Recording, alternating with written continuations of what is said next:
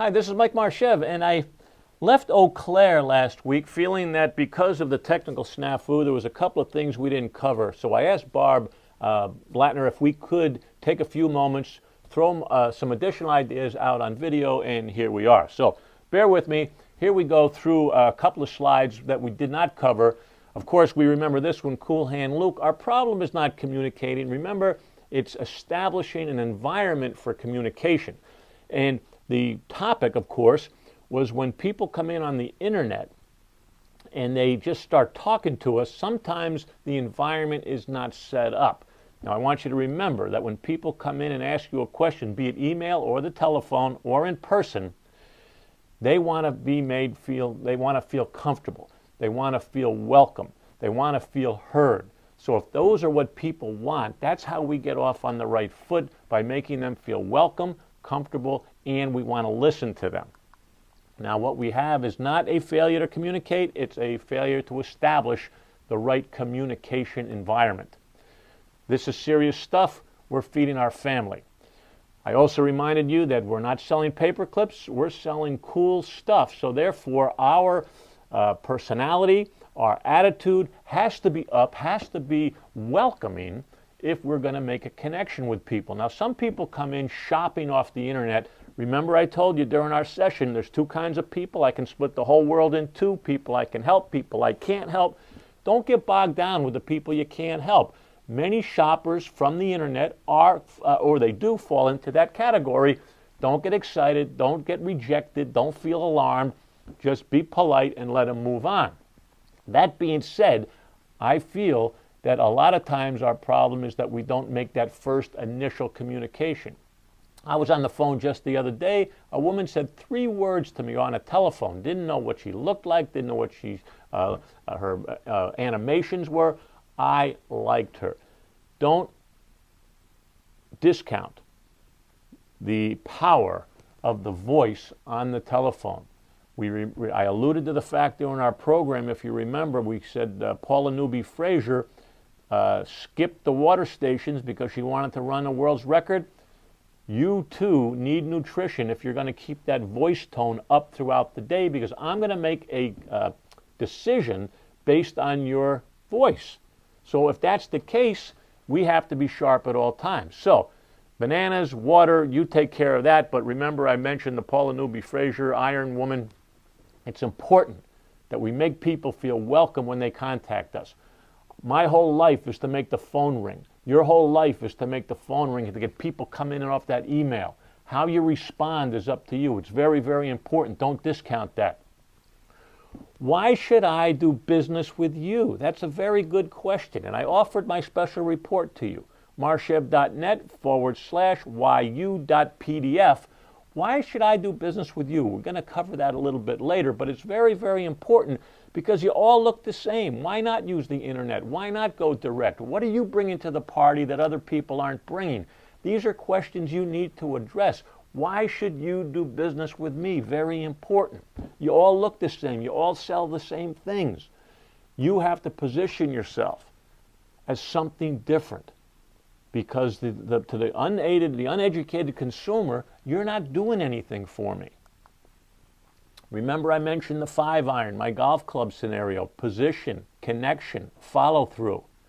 Position. Get in the position to take that email, to take that phone call. We're advertising on the internet. We're getting input. Remember, I mentioned, and we giggled about it, they're not looking for a mayonnaise recipe. They're looking for Bermuda or Orlando or a cruise or Hawaii. They are interested in something. We don't waste our time bogging down talking to travel agents. If I call you, if I email you, there is an interest. I want to feel welcome. I want to feel comfortable. I want to feel listened to.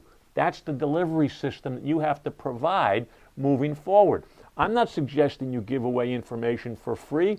You say, hey, Mike, before we get started, let me explain how we work here.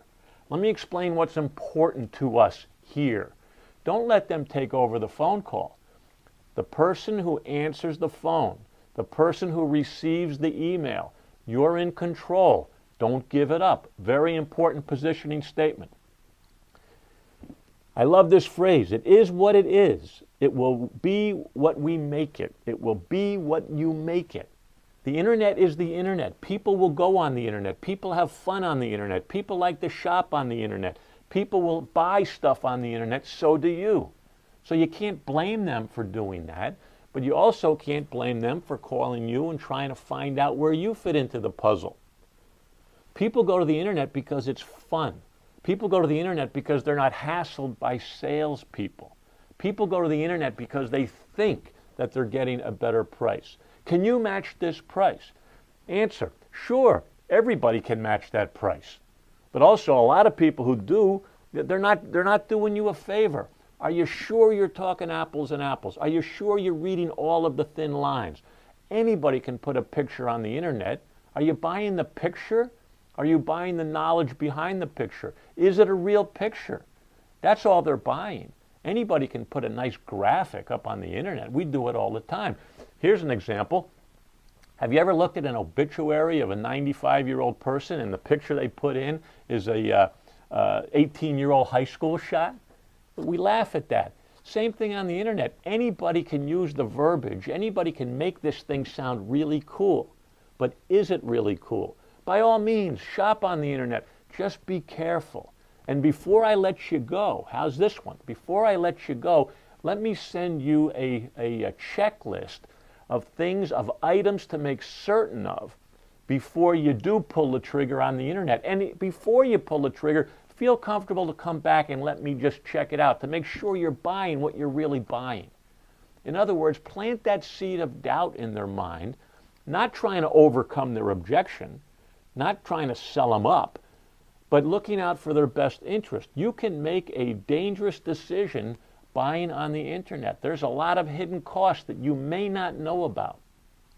I'm not going to give you examples of this because I have a million of them, but you have a million of them. People, number one, are entitled to shop on the internet. They're entitled to browse. It's fun. They don't want to be hassled. They think they're getting a good deal. It makes sense. But when they come into your world, you're in control. Don't give it up unless you want to give it up. It's as simple as that. Don't think of it as a shopper. Think of it perhaps as a missed opportunity. How did you come across? How did you answer their question? Did you offer to send them something of value to them? Understand this slide, that if you Google travel agents, there's 29 million of you. You grow on trees. You're a dime a dozen. So it's more important than ever before that when someone dials your 7 digits, when someone calls your email or sends you an email, they're taking you out of 29 million other options to give you your rehearsal, to give you your day in the sun. You know, it's kind of like American Idol. There's 85 billion people, but this is your 2 minutes to shine. When that phone rings, it's showtime. When that email buzzer goes off, it's showtime. Don't blow it. The competition is rampant, and we only have a couple of seconds to make a difference. Key point, don't be boring. If you're boring, you'll drive people to the internet. I like to have fun. That's why I go to the internet. So if that's why, be fun, be up, be happening. Don't be intimidated. Don't be scared of people shopping because that's how people buy things today. They introduce themselves to you as a shopper. Then the relationship building starts. Interesting versus boring. That's the key. Enthusiastic versus sleepy. A lot of us get sleepy in the afternoon. Again, going back to the Paula Newby-Fraser nutrition scenario. Have a sense of humor. You like to laugh. I like to laugh. Communication is enhanced with humor. Don't be a comedian, but be open to the fun parts of life and share it with people, even share it with strangers. Show your personality. Don't put on your game face. Have the right attitude. Attitude is not everything, but it's big. Attitude is big. The world is tough. It's a mess out there. Having the right attitude is big, and being a part of the travel industry makes it a lot easier. Why? Because we're not dealing with paper clips. Knowledgeable? Yeah, I want you to be knowledgeable. There's too many people in the industry who don't go to the seminars that you did, that don't spend a day in Eau Claire, that they don't study, they don't talk to the suppliers, they don't have those preferred suppliers. I'll say it again, I salute the preferred suppliers that stayed in for the meeting. They show the true partnership. You show the true partnership because you gave up your weekend to go learn something. Knowledge is very important. We never stop learning. But it's the people side of the business that's going to make a difference. Skill development, sales skills, very, very important. Customer service skills, research skills, follow-up skills, writing skills, communication skills. We're always developing our skills. We have to maintain a balance in our lives, in our careers. And when people come in off the internet, it's an opportunity to show that we're a well-balanced option. Very, very important point.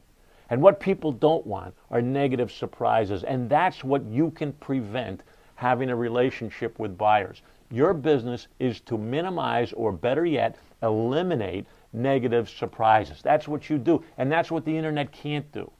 The uneducated finger hits a button, and then it's Surpriseville. You are in business to minimize negative surprises. And it starts, or it helps, with grabbing people's attention. How do you get people's attention? The way I did it was that crazy Brad Pitt's slide. Grab people's attention. Get their heads focused on you because there's so much noise in the world. There's so many other options. You want them to focus on you. And when they do focus on you, you want to deliver the goods right off the bat. Now, Seth Godin wrote a book called The Purple Cow. You have to become a purple cow. What does that mean? Everyone knows what a cow is. It's black and white or brown and white. You drive by, you see another cow, who cares, ho-hum. But if it was a purple cow, you'd stop and pull over. What are you doing to your customers, to your prospects, to your shoppers to make you purple? I ripped the pages out of the book when I was teaching graduate school to become purple. So they'd pay attention to me, so I'd have a chance to communicate. I went on a stage with a 5-iron to become purple. People said, hey, who's the guy with the stick? Let's give him a shot. You have to think about what you can do to differentiate yourself from the competition. Why should I do business with you? Very, very important point. And you don't want to be a salesperson. You don't want to go into your sales mode, your sell-up mode, your overcome objection mode, your close mode. Can't think of anything worse. How many people like to be closed? I don't like to be closed. Work on your opening skills. Work on your eye contact. Work on your smile. Work on giving people your name before they give you theirs. Be open. Be confident. And remember, one of the things I talked to you about in our program, look for reasons to applaud people. Confident people applaud people. And when you do applaud people, they feel good. You feel good. Everyone who touches their world feels good. It's a win-win-win-win-win-win-win ongoing program. Look for things to applaud and then applaud people. Your biggest problem, and I don't even know you folks, not enough people know you're alive. So when I come in through the internet or any other avenue and indicate that I know you're alive because I'm emailing you, I'm sending you a letter, I'm walking in your place of business, I'm phone calling you, that's telling you that I know you're alive. Okay, let's switch on over to the handout that I left on the chairs that we didn't get to. I know that, and I apologize for that, but let's get to it now. The first line item said, let's begin with some good news. Now, the good news is that you're working in an industry that isn't going away. You're working in an industry that more and more ships are being built, hotels are being built, the action is upon us, more and more people are going to travel. The good news is that you're in an industry that is going to be growing over time, and everybody is interested in the subject matter. The good news is that the internet is a good, useful tool for people to go up and learn more about their destination. Before they come to you, they went to other agents. Before they came to you, they went to the internet. After they come to you, they will go to the internet. After they come to you, they'll probably check out another agent. Therefore, I stress the importance of making people feel welcome, comfortable, and listened to every chance you get. That's the key. You can't pretend that the reality of the internet isn't there, because it is, and it is a great, great useful tool. The good news is that the game isn't over. It's just about to begin. It is what it is. The future is what you are going to make it. Very, very important. Line item number 2 a question worth asking. Why would anybody in their right mind want to do business with you? That's the question, and the answer is, I'm glad you asked me that. People choose me to handle their business because I eliminate surprises, I give them options, I follow through, I answer the phone. Whatever the reason is, that's why people do business with you. Not because you give good service. That's a cliche. If you use that, lose it. Everybody uses it. That's not the answer. Take a mental note. Very important. Your prospect is my client, but more importantly, your client is my prospect. Why do I tell you that? Because people have more energy trying to get things they don't already have. We take things for granted that are in our back pocket. We take our customers for granted. Prospects, though, we don't take for granted. We find the energy, we find the creativity to go out and introduce ourselves to those prospects. Therefore, in developing your new business, be very, very careful not to overlook your customers, because your customer is my prospect, and I'll have more energy and creativity than you do to go out and steal that customer from you.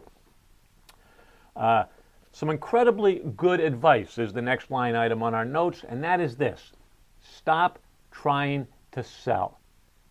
That might sound funny, but people don't like to be sold. They like to buy. So stop trying to sell and start trying to help more people understand and appreciate and experience the world of travel as you know it.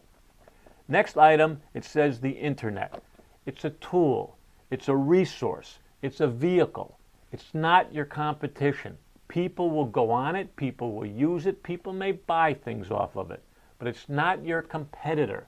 It's a useful research tool that you want people to use. You want people to feel comfortable with, but you also say there's a lot of small print. Don't get lost in the graphics. Let me help you make the right buying decision. And then a reminder worth remembering, very important: people do business with people they like. Remember our 5th grade story. If I like you, we'll find a way. If I don't like you, if everything's perfect, I still won't do business with you. So your here's another item I wrote down on a reminder worth remembering, is your number one problem is visibility. You have to go out and be seen over and over and over again with the right attitude. Another nugget on that last item is, when you're out of sight, you're out of mind. It's your business to stay visible over and over and over again so your clients won't forget you. And remember, we live in a noisy world. We've learned to filter out things we're not interested in. So when people call you, when people write to you, when people email you, they're focused on the subject, they are listening, the environment is set, and that's when you can make a difference in their life. Make them feel welcome, make them feel important, and make them feel that they're being listened to, and your chances for success will be improved. I hope this little part 2 of our program helps. This is Mike Marshev. As always, I've enjoyed talking to you, and I hope to see you.